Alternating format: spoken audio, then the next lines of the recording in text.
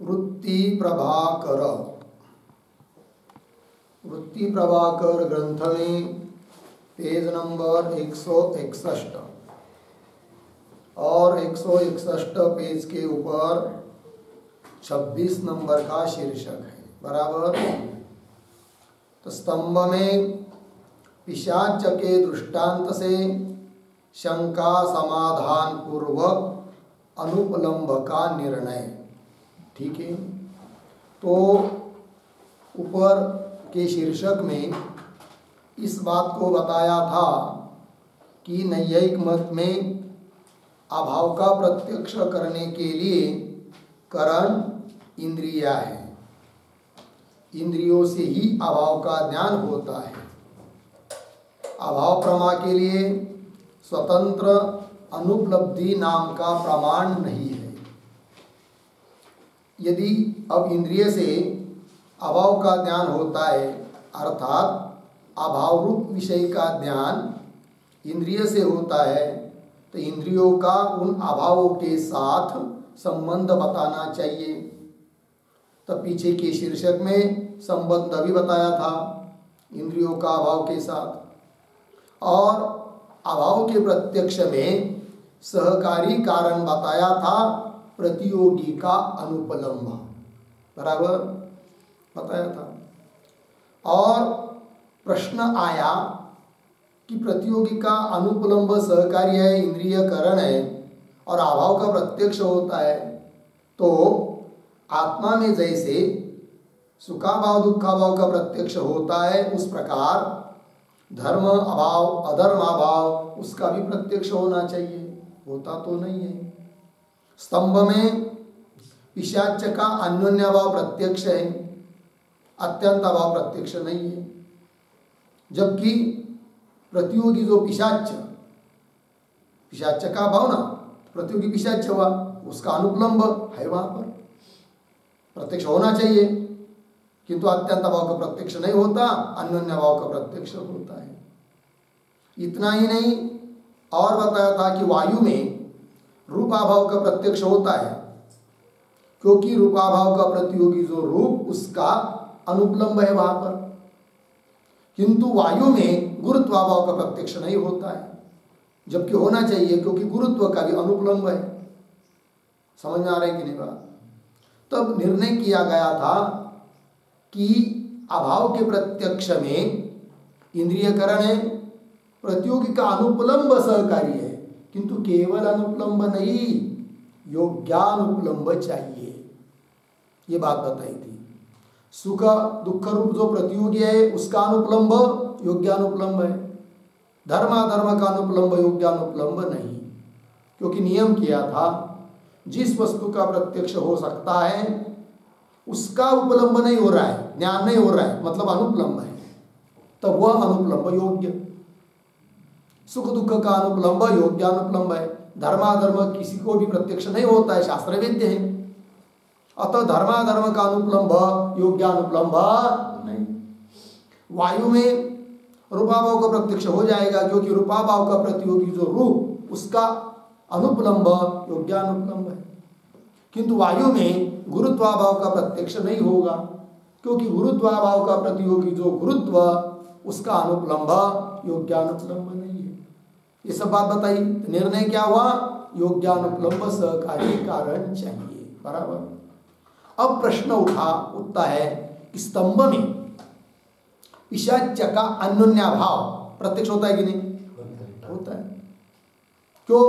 पिशाच अन्योन्याभाव का प्रतियोगी जो पिशाच है कि नहीं, उसका अनुपलम्ब है, और अन्योन्याभाव का प्रत्यक्ष हो रहा है, इसका मतलब योग्यानुपलम्ब है। और पिशाच रूप प्रतियोगी का अनुपलम्ब यदि योग्य है, तब स्तंभ में पिशाचात्यंता भाव का भी प्रत्यक्ष होना चाहिए। होता है क्या? और यदि स्तंभ में पिशाचात्यंता भाव का प्रत्यक्ष नहीं हो रहा है, क्यों? योग्यानुपलम्ब नहीं, ऐसा कहोगे, तब अन्योन्य भाव का भी प्रत्यक्ष नहीं होना चाहिए। वो क्यों होता है? बात समझ में आ रही कि नहीं? यही शंका स्तंभ के बारे में, पिशाच स्तंभ इस उदाहरण में लेनी है। पंक्ति देखिए, शीर्षक क्या है? स्तंभ में पिशाच के दृष्टांत से शंका, बराबर और उसका समाधान पूर्वक अनुपलम्ब का निर्णय करना है कि अनुपलम्ब कैसा चाहिए। ठीक है, तो अब देखिए, तैसे स्तंभ में पिशाचात्यंत अभाव का प्रत्यक्ष होवे नहीं, है कि नहीं? पिशाच का अत्यंत अभाव है स्तंभ में या नहीं है? कुछ प्रत्यक्ष होता है क्या? किसी को बोलेंगे स्तंभ में पिशाच का अत्यंत अभाव है, वो नहीं मानेगा, क्योंकि हो भी सकता है वह पिशाच होगा, किंतु अन्योन्य अभाव सबको प्रत्यक्ष है, क्योंकि स्तंभ मतलब पिशाच नहीं, पिशाच मतलब स्तंभ नहीं, दोनों का भेद है। तो ऐसे स्तंभ में पिशाचात्यंत अभाव का प्रत्यक्ष होवे नहीं, लग गया। तहा भी पिशाच रूप प्रतियोगी का अनुपलम्ब तो है, अनुपलम्ब है वहां पर है, परंतु प्रत्यक्ष योग्य पिशाच नहीं, या ते योग्यानुपलम्ब नहीं, योग्यानुपलम्ब नहीं है, इसलिए अत्यंत अभाव का प्रत्यक्ष नहीं होता, पिशाच का अत्यंत अभाव। प्रत्यक्ष योग्य प्रतियोगी के अनुपलम्ब को योग्यानुपलम्ब कहे हैं। योग्यानुपलम्ब किसको कहते हैं? प्रत्यक्ष योग्य जो प्रतियोगी, जिस प्रतियोगी का प्रत्यक्ष हो सकता है, ऐसे प्रतियोगी का ज्ञान नहीं हो रहा है, तो वह अनुपलम्ब कैसा हुआ? योग्यानुपलम्ब। ठीक है, प्रत्यक्ष योग्य प्रतियोगी के अनुपलम्ब को योग्यानुपलम्ब कहे हैं। पिशाचात्यंताभाव का प्रतियोगी जो पिशाच मिला सो प्रत्यक्ष योग्य नहीं, या ते पिशाच का अनुपलम्ब योग्यानुपलम्ब नहीं, ये बात कही। आगे, या में यह शंका रहे है, क्या जी? स्तंभ में पिशाच का भेद भी प्रत्यक्ष नहीं चाहिए। स्तंभ में पिशाच का भेद प्रत्यक्ष है कि नहीं? भेद मतलब अन्योन्य, वो प्रत्यक्ष है, उस तभी नहीं प्रत्यक्ष होना चाहिए। फिर क्यों? यदि योग्यानुपलम्ब नहीं है, इसलिए क्या समझ में नहीं आ रहा आप लोगों को? बोलना चाहिए ना फिर। क्या योग्यानुपलम्ब नहीं है, इसलिए अत्यंत अभाव का प्रत्यक्ष नहीं हो रहा है, ये तुम कहते हो। अत्यंत अभाव का प्रत्यक्ष क्यों नहीं होता है? योग्यानुपलम्ब नहीं है, तो अन्योन्य भाव का प्रत्यक्ष नहीं होना चाहिए, क्योंकि योग्यानुपलम्ब नहीं है। किंतु क्या होता है? अन्योन्य भाव का प्रत्यक्ष होता है। वो क्यों होता है? फिर समझ में नहीं आ रहा है क्या? अन्ना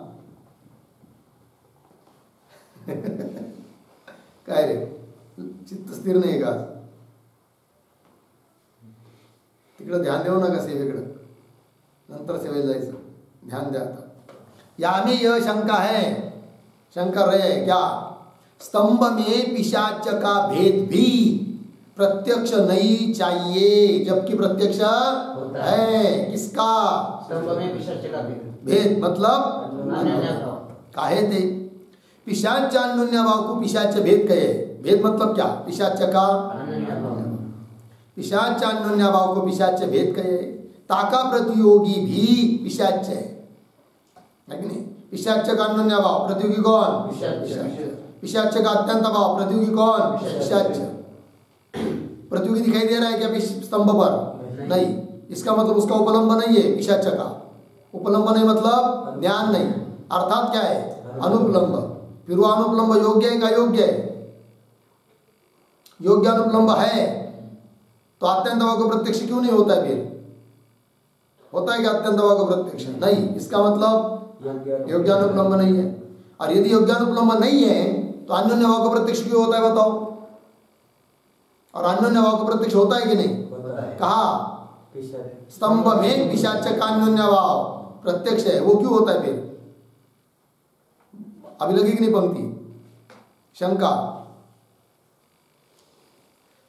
शंका का अनुवाद कौन कर सकता है? क्या शंका है? बोलो। अगर स्तंभ में पिशाच का अत्यंत भाव है तो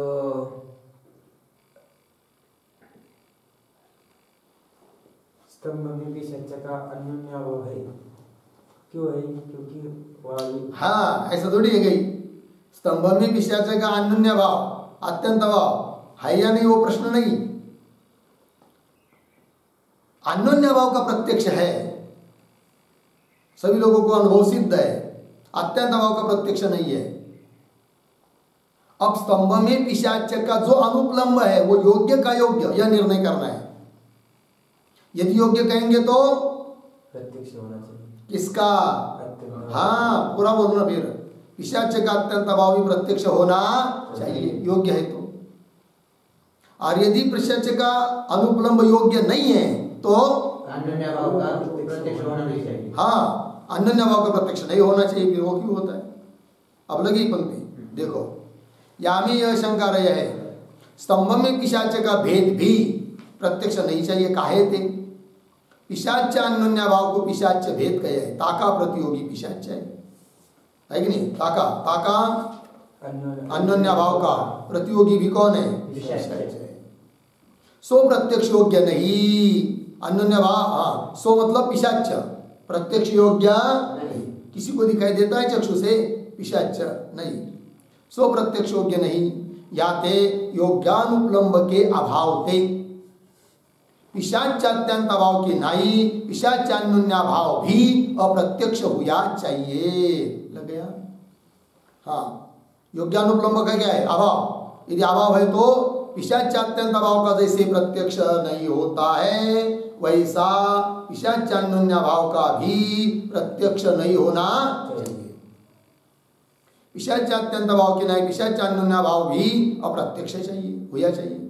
जो सिद्धांती ऐसे कहे क्या उक्त रूप योग्यानुपलम्ब नहीं है कि नहीं? कदाचित सिद्धांत ऐसे बोलेंगे, सिद्धांति मतलब यहाँ नैयिक, क्योंकि नैयिकों का सिद्धांत है ना यह, तो नैयिक कदाचित ऐसे बोलेंगे। क्या बोलेंगे? कि योग्यानुपलम्ब का स्वरूप जैसा तुम बोल रहे ऐसा नहीं है। कैसा? कि प्रत्यक्ष योग्य प्रतियोगी का अनुपलम्ब योग्यानुपलम्ब, यह योग्यानुपलम्ब की परिभाषा नहीं। फिर क्या है भाई? तब देखिए, जो सिद्धांत ऐसे गए कि उक्त रूप योग्यानुपलम्ब नहीं है, किंतु प्रत्यक्ष योग्य अधिकरण में प्रतियोगी के अनुपलम्ब को योग्यानुपलम्ब कहे है। पंक्ति मिली कि नहीं? प्रत्यक्ष योग्य अधिकरण, अधिकरण प्रत्यक्ष योग्य चाहिए। उसमें यदि अनुपलम्ब है, उपलम्ब नहीं हो रहा है, ध्यान नहीं हो रहा है, तो अनुपलम्ब योग्यानुपलम्ब। प्रतियोगी प्रत्यक्ष योग्य हो अथवा नहीं हो इससे कोई मतलब नहीं। बात समझ में आई क्या? प्रतियोगी प्रत्यक्ष योग्य हो चाहे कैसा भी हो, वो अभाव जहां है, वो जो अभाव का अधिकरण है वो प्रत्यक्ष योग्य चाहिए। चलिए, किंतु प्रत्यक्ष योग्य अधिकरण में प्रतियोगी के अनुपलम्ब को योग्यानुपलम्ब कहे लग गया। प्रतियोगी चाहे प्रत्यक्ष योग्य होवे अथवा अप्रत्यक्ष होवे, इससे कोई लेना देना नहीं। अभाव का अधिकरण प्रत्यक्ष योग्य चाहिए। मिल गया पंक्ति? तामे प्रतियोगी का अनुपलम्ब चाहिए। उसमें प्रतियोगी का क्या चाहिए? अनुपलम्ब। स्तंभ में जो पिशाचान्योन्य भाव ताका प्रतियोगी पिशाच, पिशाचान्योन्य भाव का प्रतियोगी कौन है? पिशाच। स्तंभ में जो पिशाचान्योन्य भाव ताका प्रतियोगी पिशाच है, सो तो प्रत्यक्ष योग्य नहीं। कौन? पिशाच। सो तो प्रत्यक्ष योग्य नहीं है और तामे प्रत्यक्ष योग्यता की अपेक्षा भी नहीं। जरूरत नहीं कि प्रत्यक्ष योग्य चाहिए। कौन? पिशाच। और तामे प्रत्यक्ष योग्यता की अपेक्षा भी नहीं। लग गया? तथापि पिशाचान्योन्य भाव का अधिकरण स्तंभ है। पिशाचान्योन्य, पिशाच का अन्योन्य भाव कहाँ रह रहा है? स्तंभ में। स्तंभ का प्रत्यक्ष है कि नहीं? है, तो हो गया काम। अनुपलम्ब योग्य, इसलिए अन्योन्य भाव का प्रत्यक्ष हो जाता है। बराबर? तथापि पिशाचान्योन्य भाव का अधिकरण स्तंभ है, सो प्रत्यक्ष योग्य होने ते योग्यानुपलम्ब का सद्भाव है। योग्यानुपलम्ब वहां पर विद्यमान है, सद्भाव है, अस्तित्व है उसका। याते पिशाचान्योन्य भाव का स्तंभ में प्रत्यक्ष संभव है। लग गया? आगे सिद्धांति का यह समाधान संभव है नहीं, तो यह सिद्धांति को नहीं है, नैयिकों का यह समाधान भी उचित नहीं है। क्यों? काहे ते उत्तरित से यह सिद्ध होवे क्या? अभाव का प्रतियोगी प्रत्यक्ष योग्य होवे अथवा प्रत्यक्ष अयोग्य होए, कोई लेना देना नहीं। अभाव का जो कौन प्रतियोगी प्रत्यक्ष योग्य हो अथवा न हो, उससे कोई लेना देना नहीं, अधिकरण प्रत्यक्ष योग्य चाहिए। तब उसमें रहने वाला अनुपलम्ब योग्यानुपलम्ब, ये बताया ना आपने। और अन्योन्य भाव के प्रत्यक्ष में अनुपलम्ब योग्य है, क्योंकि पिशाच अन्योन्य भाव का अधिकरण कौन? स्तंभ, वह प्रत्यक्ष योग्य है। अतः उसमें रहने वाला पिशाच का अनुपलम्ब योग्यानुपलम्ब है। किंतु ऐसा ही जो बोलते नहीं है तो भी उनका कहना ठीक नहीं। कैसे? उक्त रीति से सिद्ध होवे अभाव का प्रतियोगी प्रत्यक्ष योग्य होवे अथवा प्रत्यक्ष के अयोग्य होवे। जहाँ अभाव का अधिकरण प्रत्यक्ष योग्य होवे तामे प्रतियोगी का अनुपलम्ब होवे, और सो योग्य अनुपलम्ब अभाव के प्रत्यक्ष में सहकारी है। लग गया? ऐसा अर्थ माने तो स्तंभ में पंक्ति मिली ना सबको? पुनः पढ़ना पड़ेगा क्या? नहीं ना? तो स्तंभ में पिशाचात्यंता भाव भी प्रत्यक्ष हो जाना चाहिए है कि? क्योंकि पिशाचात्यंता भाव का अधिकरण स्तंभ प्रत्यक्ष योग्य है कि नहीं? प्रत्यक्ष योग्य। हाँ, स्तंभ प्रत्यक्ष योग्य है। और प्रत्यक्ष योग्य अधिकरण में प्रतियोगी का अनुपलम्ब योग्यानुपलम्ब, योग्यानुपलम्ब है तभी तो अन्य भाव का प्रत्यक्ष हो रहा है। तब तो अत्यंत भाव का भी प्रत्यक्ष होना चाहिए। माने तो स्तंभ में पिशाचात्यंत भाव प्रत्यक्ष हो जाना चाहिए। लग गया? तैसे आत्मा में धर्माभाव अधर्माभाव भी प्रत्यक्ष हो जाना चाहिए। क्यों? हाँ, धर्माभाव अधर्माभाव का अधिकरण आत्मा, वो तो प्रत्यक्ष योग्य है। इतना ही कि चक्षु से प्रत्यक्ष नहीं है किंतु मन से प्रत्यक्ष है, इसका मतलब योग्यानुपलम्ब है। तब तो धर्माभाव अधर्माभाव का भी प्रत्यक्ष होना चाहिए। तैसे आत्मा में धर्माभाव अधर्माभाव भी प्रत्यक्ष हो जाना चाहिए। काहे थे? स्तंभ वृत्ति पिशाचात्यंता भाव का अधिकरण स्तंभ है। स्तंभ वृत्ति, स्तंभ में रहने वाला जो कौन? पिशाच का अत्यंता भाव। और पिशाचात्यंत भाव का अधिकरण कौन? स्तंभ। सो प्रत्यक्ष योग्य है। लग गया? और आत्मवृत्ति, आत्मा में रहने वाले धर्माभाव अधर्माभाव का अधिकरण आत्मा प्रत्यक्ष योग्य है। आत्मा भी तो प्रत्यक्ष योग्य है। आत्मवृत्ति धर्माभाव अधर्माभाव का अधिकरण आत्मा प्रत्यक्ष योग्य है। परंतु इतना भेद है क्या? स्तंभ तो बाह्य इंद्रिय जन्य प्रत्यक्ष योग्य है। स्तंभ तो क्या? बाह्य इंद्रिय चक्षुरादि, उससे क्या होता है? उसका प्रत्यक्ष होता है। और आत्मा का अंतर इंद्रिय जो मन, उससे प्रत्यक्ष होता है, बाह्य इंद्रिय से नहीं। किंतु प्रत्यक्ष योग्य तो है कौन? आत्मा। कौन? कौन? अभाव का अधिकरण। कौन? अभाव का अधिकरण। कौन है यहाँ पर? आत्मा। वो तो प्रत्यक्ष योग्य है। तब तो धर्माभाव अधर्माभाव का भी प्रत्यक्ष होना चाहिए। परंतु इतना भेद है, स्तंभ तो बाह्य इंद्रिय जन्य प्रत्यक्ष योग्य है। या तो स्तंभ में पिशाचात्यंता भाव का बाह्य इंद्रिय जन्य प्रत्यक्ष हो जाना चाहिए। स्तंभ में पिशाचात्यंता भाव का प्रत्यक्ष चक्षु से होना चाहिए। और आत्मा मानस प्रत्यक्ष योग्य है। नहीं को क्या मन से प्रत्यक्ष होता है? किसका? आत्मा का। आत्मा मानस प्रत्यक्ष योग्य। या तो आत्मा में धर्माभाव अधर्माभाव का मानस प्रत्यक्ष हो जाना चाहिए। आत्मा में विद्यमान कौन? धर्माभाव अधर्माभाव, उसका भी प्रत्यक्ष होना चाहिए, क्योंकि वहां पर भी अनुपलम्ब योग्यानुपलम्ब है। क्योंकि आप योग्यानुपलम्ब की परिभाषा क्या की आपने? प्रत्यक्ष योग्याधिकरण में या आत्माधिकरण है, उसका प्रत्यक्ष है। अतः वहां पर जो प्रतियोगी का अनुपलम्ब वो योग्यानुपलम्ब है। तो धर्माभाव अधर्माभाव का भी प्रत्यक्ष होना चाहिए। या तो आत्मा में धर्माभाव अधर्माभाव का मानस प्रत्यक्ष हो जाना चाहिए। लगा इतना? और आगे जो वायु को प्रत्यक्ष योग्यता माने, कुछ लोग वायु को प्रत्यक्ष मानते हैं, कुछ लोग बोलते हैं वायु का प्रत्यक्ष नहीं होता है, वायु के स्पर्श से उनका प्रत्यक्ष होता है। जिनके मत में वायु का प्रत्यक्ष है बराबर, उनके मत में क्या होना चाहिए फिर? जैसे रूपात्यंत भाव का प्रत्यक्ष होता है वैसा गुरुत्वात्यंत भाव का भी प्रत्यक्ष होना चाहिए। क्योंकि गुरुत्व का उपलम्ब नहीं है। और गुरुत्वाभाव का अधिकरण कौन? वायु। वो तो प्रत्यक्ष योग्य है। और प्रत्यक्ष योग्य है वायु, अर्थात योग्यानुपलम्ब की परिभाषा वहां बैठती है। अतः जैसे वायु में रूपात्यंताभाव का प्रत्यक्ष होता है, वैसा गुरुत्वाभाव का भी प्रत्यक्ष होना चाहिए।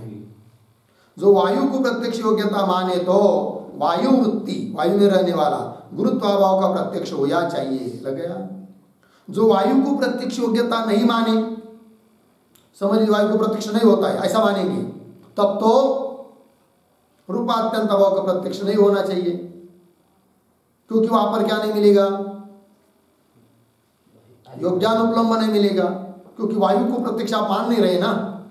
तो दोनों दिक्कत देखिए, वायु का प्रत्यक्ष मानेंगे तो गुरुत्वात्यंताभाव का प्रत्यक्ष होना चाहिए, और वायु को प्रत्यक्ष नहीं मानेंगे तो रूपात्यंताभाव का प्रत्यक्ष नहीं होना चाहिए, क्योंकि वायु प्रत्यक्ष नहीं है ना, अधिकरण प्रत्यक्ष नहीं है, योग्यानुपलम्ब नहीं है, फिर तो रूपात्यंताभाव का भी प्रत्यक्ष नहीं होना चाहिए। समझ में आ रही है कि नहीं बात? बहुत सरल है, कठिन कुछ नहीं है, ध्यान नहीं है आप लोगों का। अन्ना चला, वायु वृत्ति गुरुत्वाभाव का प्रत्यक्ष होना चाहिए। जो वायु को प्रत्यक्ष योग्यता नहीं माने तो मिली पंक्ति, तो वायु वृत्ति रूपाभाव का भी प्रत्यक्ष नहीं होना चाहिए। लग गया? और वायु में रूपाभाव प्रत्यक्ष है, यह सिद्धांत है। वायु में जो रूप का अत्यंत अभाव वह तो सबको क्या है? प्रत्यक्ष है, और अनुभव सिद्ध है ये बात। यह अर्थ आगे स्पष्ट होगा। लग गया? इतनी बात समझ में आई?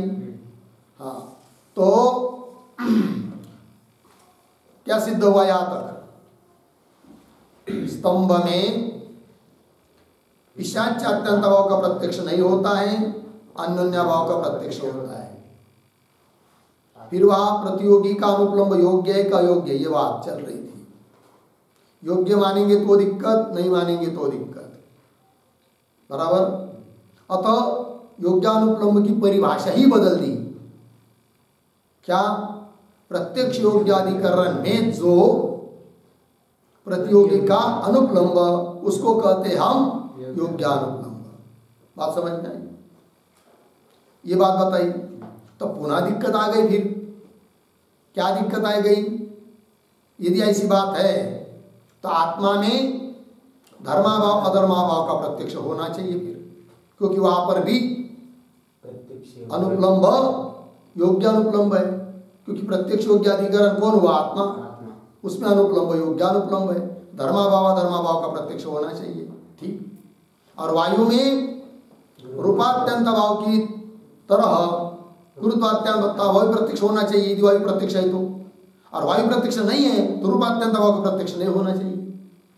ये बात आ गई। ठीक, चलिए। और जो सिद्धांती इस रीति से समाधान करे, कदाचित नहीं है आप ऐसा बोलेंगे, ये काम करते फिर हम लोग क्या? योग्यानुपलम्ब दो प्रकार का है, योग्यानुपलम्ब के दो प्रकार कर देंगे। लग गया? कैसे? एक तो प्रत्यक्ष योग्य प्रतियोगी का अनुपलम्ब योग्यानुपलम्ब है। क्या परिभाषा की? बोलो। प्रत्यक्ष योग्य प्रतियोगी का अनुपलम्ब योग्यानुपलम्ब। हाँ, प्रतियोगी प्रत्यक्ष योग्य चाहिए, अर्थात जिस प्रतियोगी का प्रत्यक्ष हो सकता है ऐसा प्रतियोगी दिखाई नहीं दे रहा है, अनुपलम्ब है, तो वह अनुपलम्ब योग्य। एक परिभाषा। एक तो प्रत्यक्ष योग्य प्रतियोगी का अनुपलम्ब योग्यानुपलम्ब है। लग गया? और दूसरा प्रत्यक्ष योग्य अधिकरण में, अधिकरण कैसा चाहिए? प्रत्यक्ष योग्य। तो प्रत्यक्ष योग्य अधिकरण में प्रतियोगी का अनुपलम्ब योग्यानुपलम्ब है, ऐसा मानेंगे। दो अलग अलग हुए। आगे, अत्यंत अभाव के प्रत्यक्ष में प्रथम योग्यानुपलम्ब सहकारी है कि नहीं? अभाव भी दो हुए ना, अत्यंत अभाव अन्य अभाव। जब अत्यंत अभाव का प्रत्यक्ष करना है तो पहला योग्यानुपलम्ब कौन सा? योग्यानुपलम्ब की दो व्याख्या की, दो लक्षण किए। हाँ, पहला कौन सा है? प्रत्यक्ष योग्य प्रतियोगी का जो अनुपलम्ब, उसको कहेंगे योग्यानुपलम्ब, है कि नहीं? तो पिशाच का अत्यंत अभाव प्रत्यक्ष होना चाहिए, ऐसी दिक्कत आएगी क्या? नहीं, क्यों? पिशाच अत्यंत भाव का प्रतियोगी कौन? पिशाच। बराबर है कि नहीं? वो प्रत्यक्ष योग्य है क्या? नहीं है। अतः अत्यंत भाव का प्रत्यक्ष होने के लिए जैसा योग्यानुपलम्ब चाहिए वैसा वहां पर नहीं है, अतः पिशाच अत्यंत भाव का प्रत्यक्ष नहीं हो रहा है। और अन्योन्य भाव का प्रत्यक्ष हो जाएगा, क्योंकि अन्योन्य भाव का प्रत्यक्ष होने के लिए जिस प्रकार का योग्यानुपलम्ब चाहिए वो वहां पर है। वो कौन सा है? दूसरा मतलब कौन सा? प्रत्यक्ष योग्याधिकरण। हाँ, प्रत्यक्ष योग्याधिकरण में जो प्रतियोगी का अनुपलम्ब वो योग्यानुपलम्ब है कि नहीं? अलग अलग कर दिया।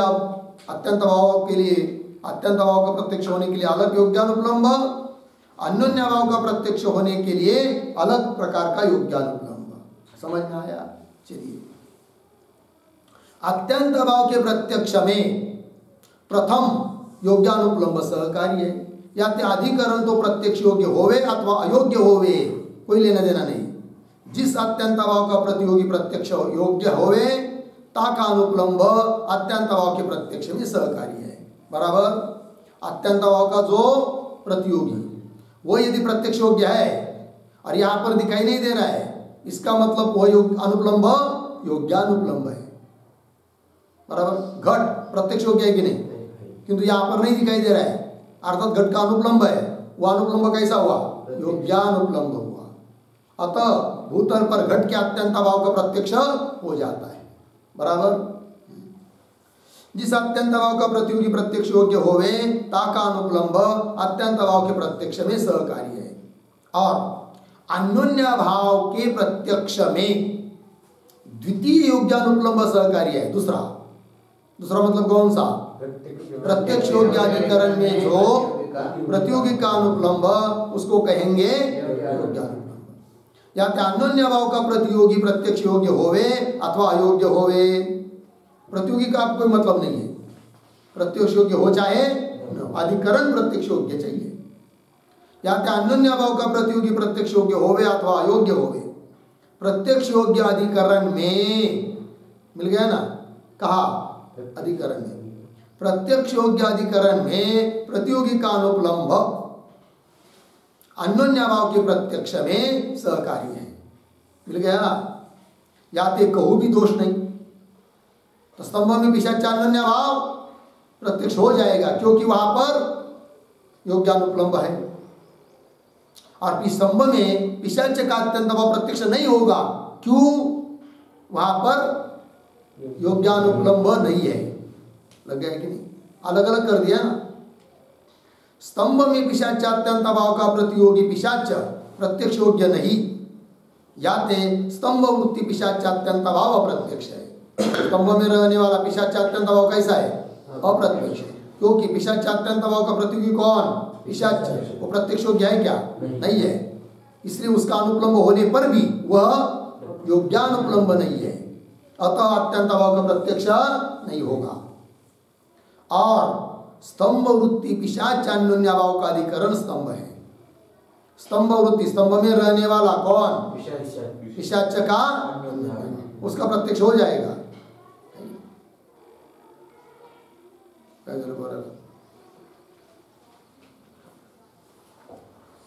और स्तंभ वृत्ति पिशाच अन्योन्य भाव का अधिकरण स्तंभ है, सो प्रत्यक्ष है। या ते स्तंभ में पिशाचान्योन्य भाव प्रत्यक्ष है। लग गया? क्योंकि अधिकरण प्रत्यक्ष है वहां पर। आत्मवृत्ति, आत्मा में रहने वाला, सुखात्यंत भाव दुखात्यंत भाव के प्रतियोगी सुख दुख मानस प्रत्यक्ष योग्य है। सुखाभाव का प्रतियोगी कौन? सुख। दुखाभाव का प्रतियोगी कौन? दुख। वो प्रत्यक्ष होता है कि नहीं? अतः उसका अनुपलम्ब योग्यानुपलम्ब है। अतः आत्मा में सुखाभाव का प्रत्यक्ष हो जाएगा, दुखात्यंत भाव का प्रत्यक्ष हो जाएगा। आत्मवृत्ति सुखात्यंत भाव दुखात्यंत भाव का के प्रतियोगी सुख दुख मानस प्रत्यक्ष योग्य है। तिनके अत्यंत भावन का मानस प्रत्यक्ष हो गए। लग गया? आगे धर्म अधर्म प्रत्यक्ष योग्य नहीं, किंतु धर्म अधर्म क्या नहीं? प्रत्यक्ष योग्य नहीं है। क्यों? होता ही नहीं प्रत्यक्ष, शास्त्र विद्या केवल, अतः उनका अनुपलम्ब योग्यानुपलम्ब नहीं। धर्म अधर्म प्रत्यक्ष योग्य नहीं, याते तिनके अत्यंत अभाव का प्रत्यक्ष होवे लगा इतना। रूप गुण तो प्रत्यक्ष योग्य है, रूप का प्रत्यक्ष होता है कि नहीं? रूप गुण तो प्रत्यक्ष योग्य है, याते वायु में रूपात्यंत अभाव का प्रत्यक्ष होवे बराबर, क्योंकि योग्यानुपलम्ब है। गुरुत्व गुण प्रत्यक्ष योग्य नहीं, याते वायु में गुण गुरुत्वात्यंत अभाव प्रत्यक्ष लगे ना, क्योंकि वहां पर क्या नहीं है? योग्यानुपलम्ब नहीं है, क्योंकि गुरुत्व कहीं पर भी प्रत्यक्ष नहीं होता है कि नहीं? तो उसका अनुपलम्ब योग्यानुपलम्ब नहीं। इस रीति से यह अर्थ सिद्ध हुआ क्या? अधिकरण में प्रत्यक्ष योग्यता और प्रतियोगी का अनुपलम्ब अन्योन्याभाव के प्रत्यक्ष में सहकारी है। अधिकरण में क्या चाहिए? प्रत्यक्ष योग्यता, और प्रतियोगी का अनुपलम्ब। ऐसा अनुपलम्ब अन्योन्याभाव के प्रत्यक्ष में क्या है? सहकारी है। लग गया। और प्रतियोगी में प्रत्यक्ष योग्यता, दूसरी बात, अधिकरण से कोई लेना देना नहीं। प्रतियोगी क्या चाहिए? प्रत्यक्ष योग्य। प्रतियोगी में प्रत्यक्ष योग्यता और प्रतियोगी का अनुपलम्ब अत्यंत अभाव के प्रत्यक्ष में सहकारी है। लग गया? अलग अलग कर दिया। अन्योन्य भाव का प्रत्यक्ष होते समय योग्यानुपलम्ब कैसा चाहिए? अधिकरण योग्य चाहिए। उसमें यदि अनुपलम्ब है प्रतियोगी का तो वह अनुपलम्ब योग्यानुपलम्ब। और अत्यंत अभाव का प्रत्यक्ष करने के लिए कैसा योग्यानुपलम्ब चाहिए? उस अत्यंत अभाव का जो प्रतियोगी वह यदि प्रत्यक्ष योग्य है किंतु यहां उपलम्ब नहीं हो रहा है तो उसका अनुपलम्ब फिर योग्यानुपलम्ब। ऐसा प्रतियोगी का अनुपलम्ब अत्यंत अभाव के प्रत्यक्ष में सहकारी है। ऐसा नियम सिद्धांती कहे, नहीं कहेंगे सो भी संभवे नहीं, किंतु वह भी उनका कहना ठीक काहे थे। क्यों भाई? तो आगे फिर पुनः बात बताई जा रही है। या तो चिंतन समझ में आया, फिर इसका बहुत अच्छे से चिंतन करो, है कि नहीं? अलग अलग कर दिया। अन्योन्य भाव के प्रत्यक्ष में अलग प्रकार का योग्यानुपलम्ब और अत्यंत भाव के प्रत्यक्ष में अलग प्रकार का योग्यानुपलम्ब, क्योंकि दोनों अभाव का प्रत्यक्ष होने में एक ही प्रकार का योग्यानुपलम्ब यदि मानते हैं तो दिक्कत आती है। कहा क्या दिक्कत आती है वो सब बात का निरूपण यहाँ पर हो चुका है। इसलिए आपने यही ने दो अलग अलग योग्यानुपलम्ब कर दिए। किंतु आप वेदांती का इसके आगे ऐसा यदि नहीं बोलते हैं तो वह भी उनका कहना ठीक नहीं, तो भी दिक्कत आएगी। अब कहाँ दिक्कत आएगी उसका विचार हम लोग कल करेंगे। ओम पूर्णमदः पूर्णमिदं पूर्णात् पूर्णमुदच्यते पूर्णस्य पूर्णमादाय पूर्णमेवावशिष्यते। ओम